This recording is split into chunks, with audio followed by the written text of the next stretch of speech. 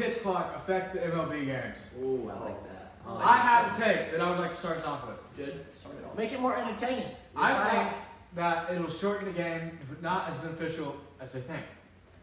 Less time between pitches means the pitcher's arms don't recover on every pitch, and there's less time for them to recover, which will lead to more pitching changes and guys not being able to go as deep into games. To more hits, to more runs, to less outs.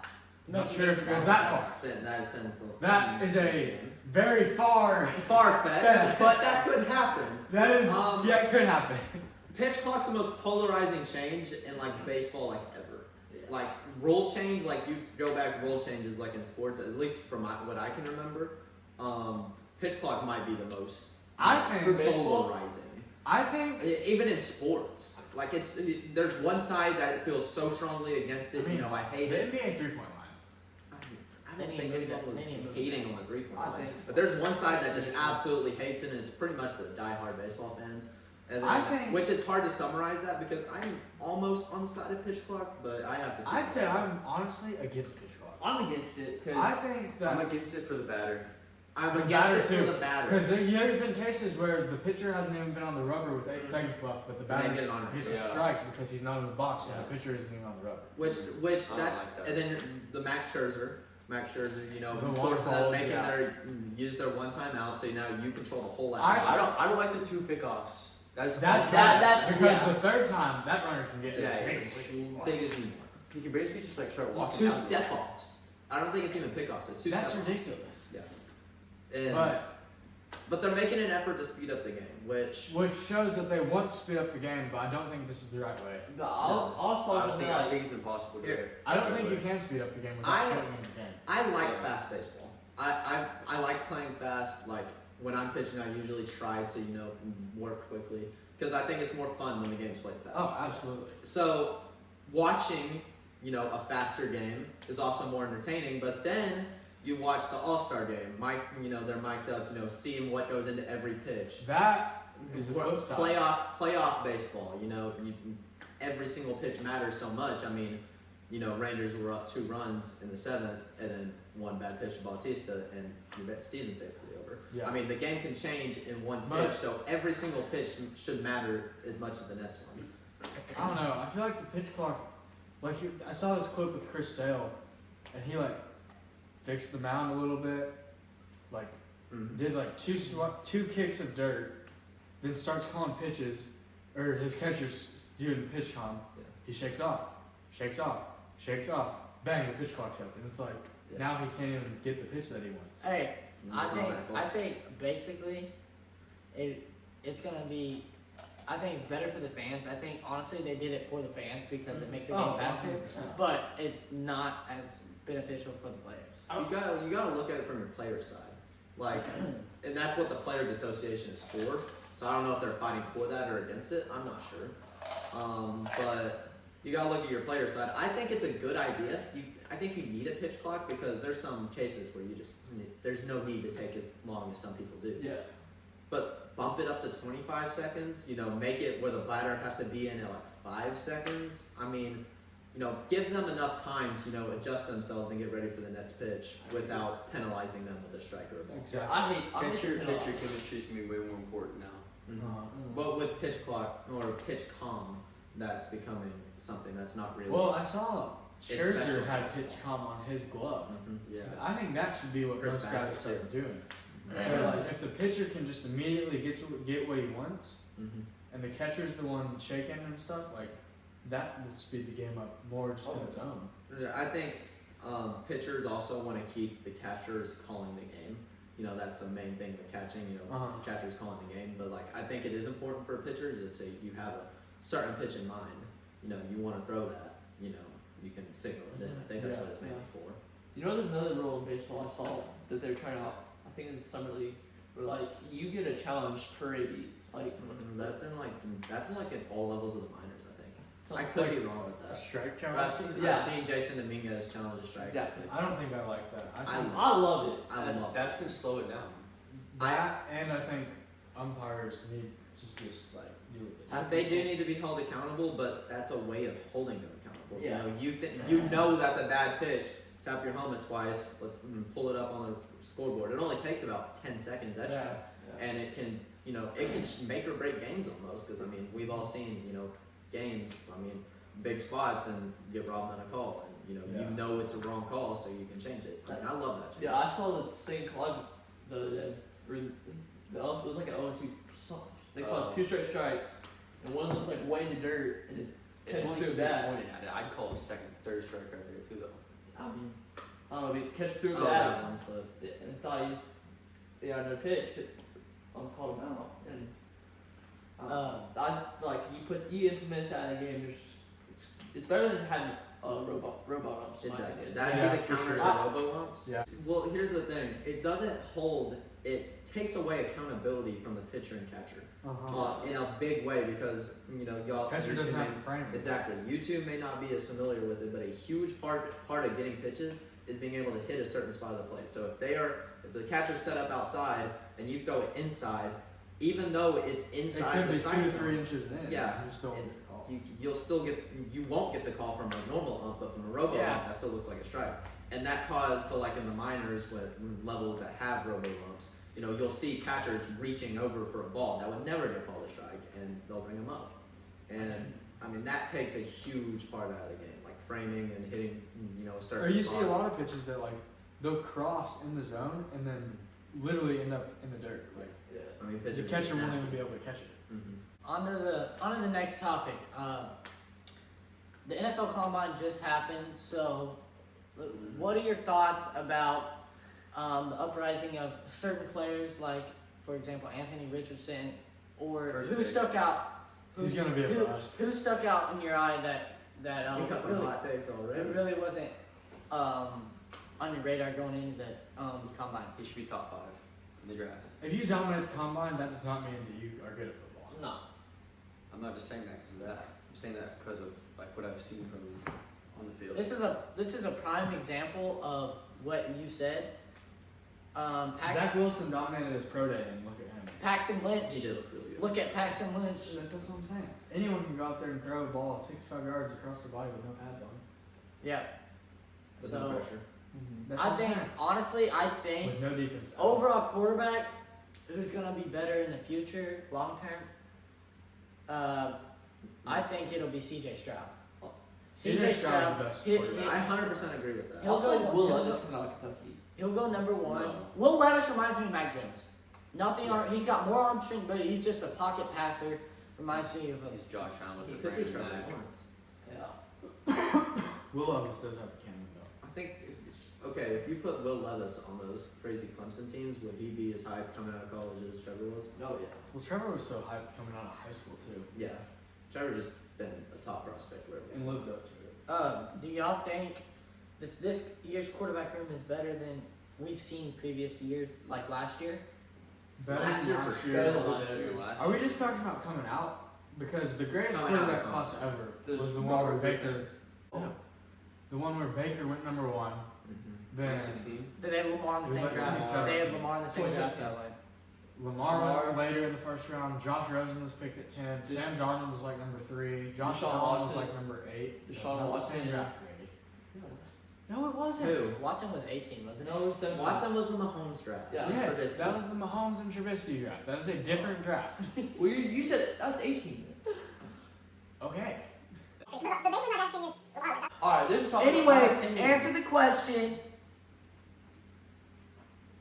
Was this quarterback class better than previous? was better than last year's. It's better than It's last better year, than but last there year. are ones better. But like, yeah, there has been better. There has been ones in previous years. It was Like, better than the year before that.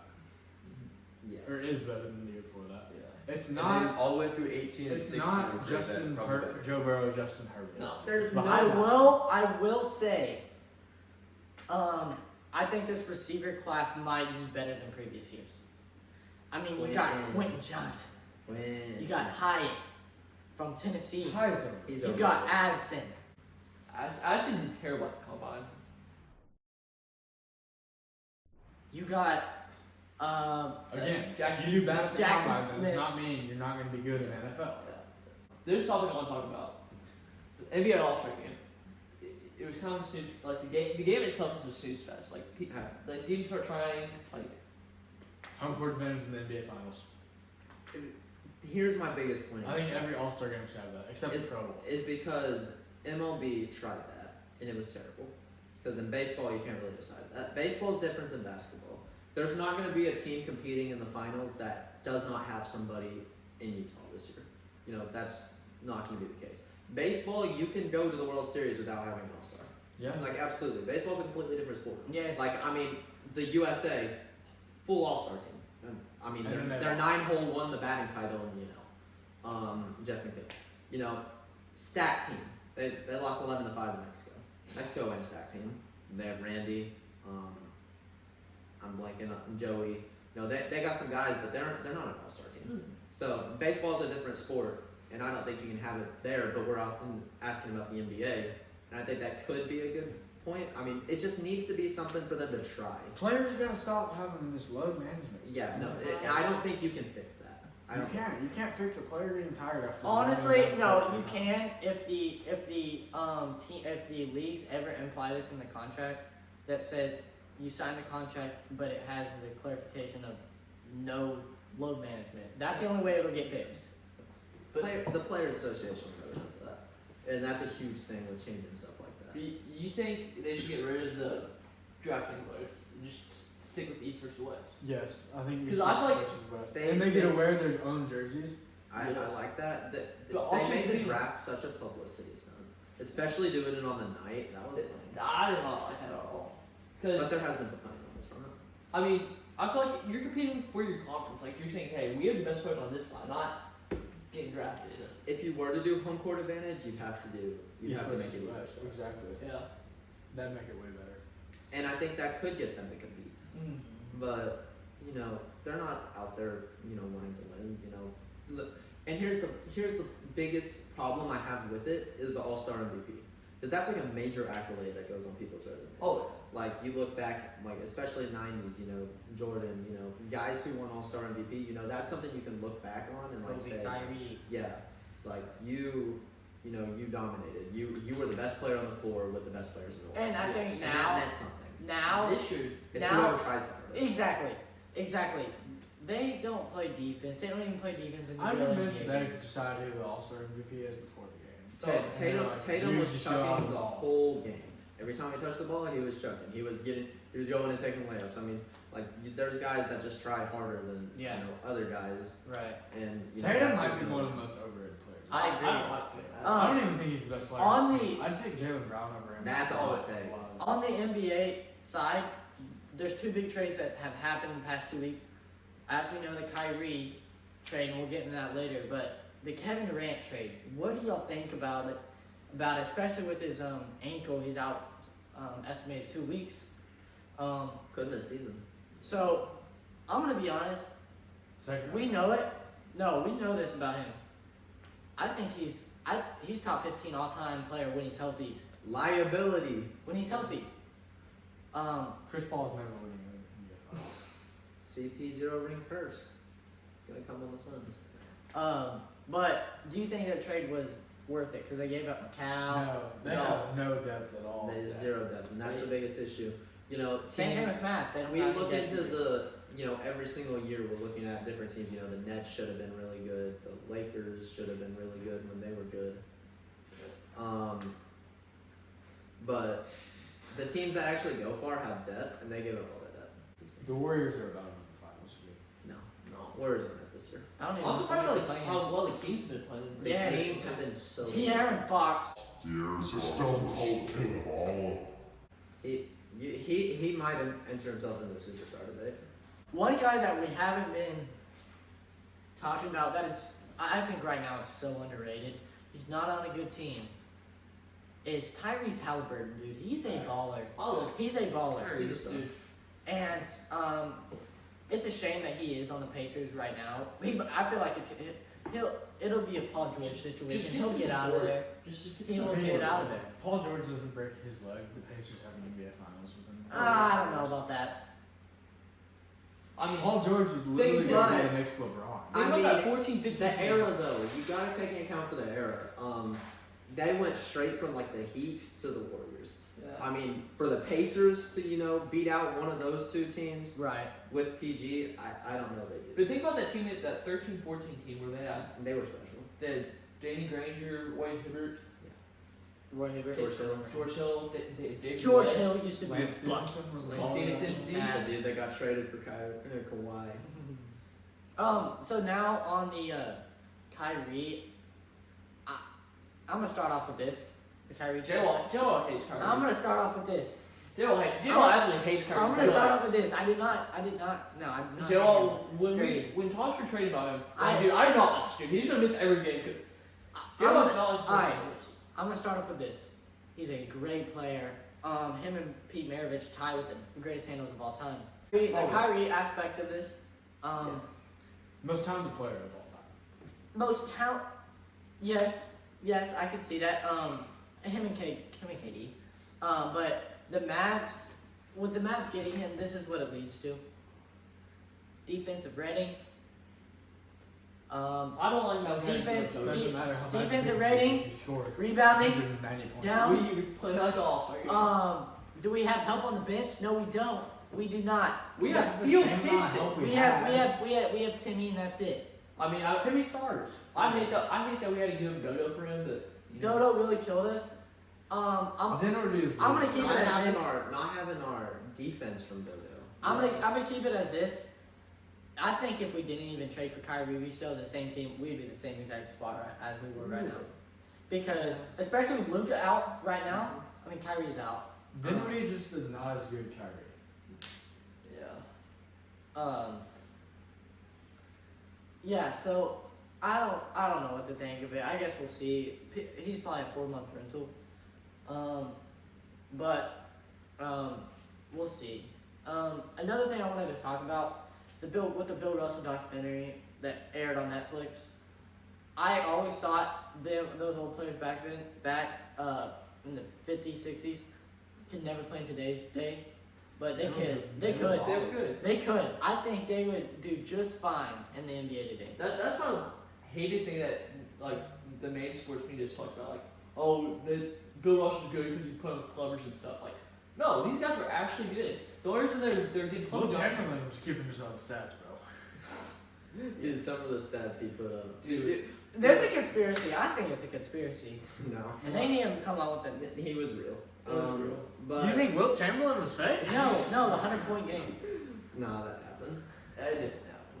But I mean, how's it not? How would they believable? say that's fake? Yeah. And, like that's definitely believable. It was one against like the second worst defense at the time, maybe the worst. I think I don't know. There was 12 teams in the league, so but it was against one of the worst defenses of all time. It's the best scorer in that age. So before Kareem, there was Wilt. That had the scoring record. Yeah, I another, mean he averaged 50 points in a season. So like if Kobe can score 81 and Dame and Spider can score 71 and David Thompson should score like 73, Wilt can score. another thing with that is, like you said, there's 12 teams. Russell's got 7 rings. He was at 11. That's My probably bad. right. Don't and, miss my boy. There was, do you take the rings away? From Bill Russell? With that, You gotta watch the there's 12 documentary. teams, dude. That honestly, there's only one. There's only one good team that they play every year, That's like saying. and there was a team with Wilt on it, No, it was the Lakers. flat out. It was And I the also want to Lakers say, with I Jerry also, West and Elgin Baylor.